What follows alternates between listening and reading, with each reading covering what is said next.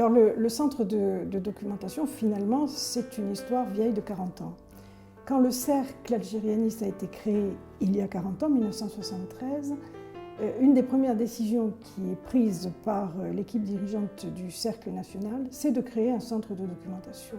Parce que dès cette époque, les plus jeunes de nos compatriotes se sont rendus compte qu'il fallait conserver cette mémoire. Nous n'avions plus de territoire.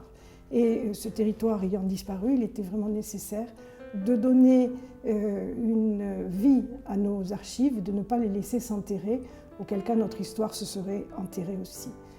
Donc pendant 40 ans, le Cercle algérianiste de Perpignan a recueilli des dons, des multiples dons.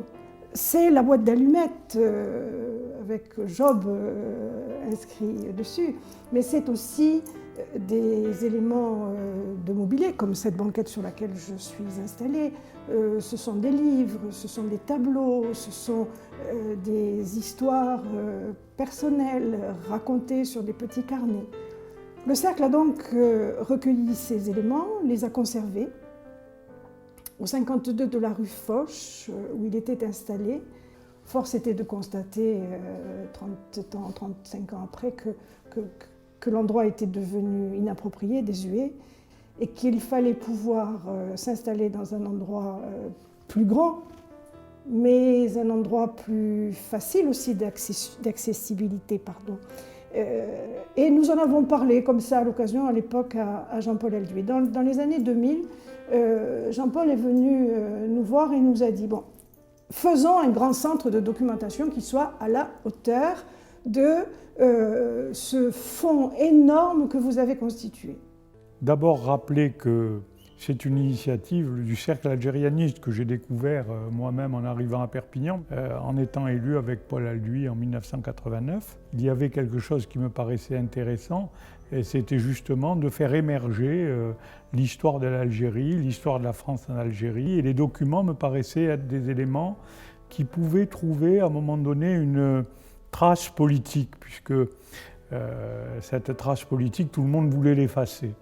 Et donc j'ai voulu, avec Jean-Paul Alduy, et il faut rappeler aujourd'hui quel a été son engagement à nos côtés, de faire en sorte qu'il y ait un lieu digne de ce nom, où l'on pourrait petit à petit récupérer à travers le cercle algérianiste des éléments qui sont à la fois des éléments historiques, non contestables, parce que quand on voit les photos, eh bien, là on ne peut pas trop contester les photos, et aussi servir de base à une histoire qui soit une histoire revisitée de l'ensemble de ce qui est fait et de l'ensemble de ce que les Français ont fait en Algérie.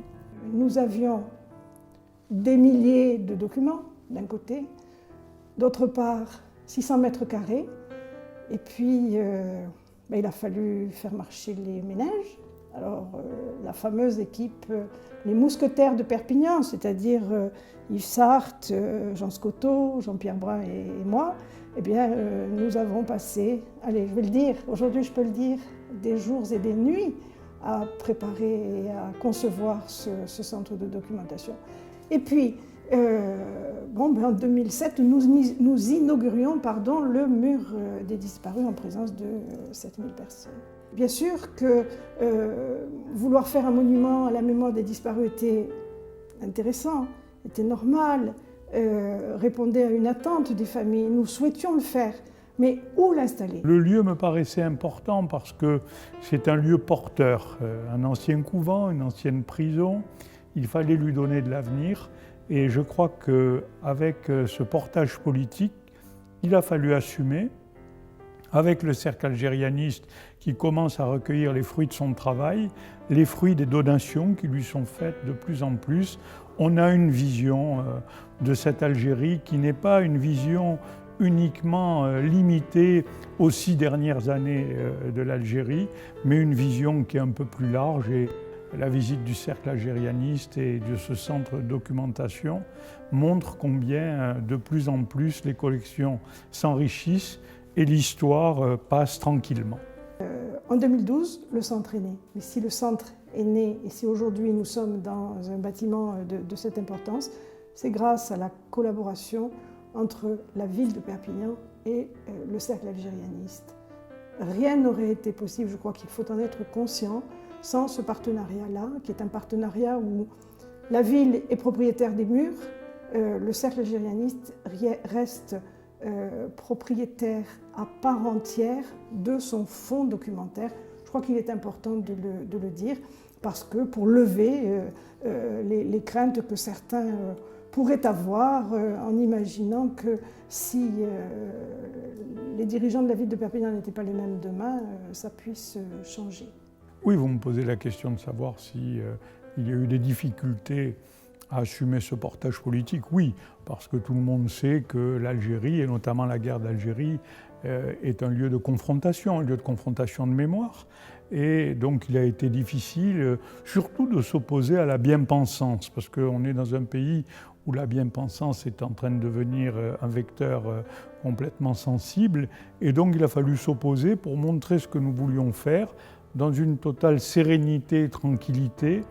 Et le fait qu'aujourd'hui nous sommes là, dans ce centre de documentation qui est un des monuments les plus visités de la ville de Perpignan, je crois que c'est une réponse à toutes ces difficultés et qu'enfin l'État a reconnu qu'on s'était peut-être un peu mal comporté par rapport à ce qui s'était passé en Algérie.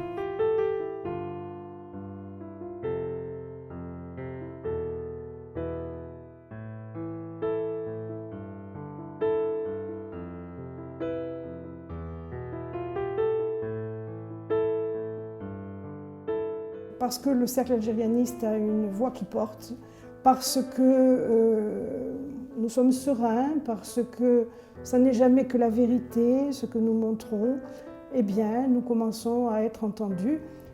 Je rappelle qu'en moins de 2 ans, nous avons eu 15 000 visiteurs. Le jour des Journées du patrimoine, 900 personnes dans la journée. 900 personnes dans la journée. Aucun autre bâtiment sur la commune n'a fait un tel score. Enfin, le but est atteint. Les documents sont là, ils sont consultables et désormais notre mémoire, notre histoire ne disparaîtront pas dans l'oubli.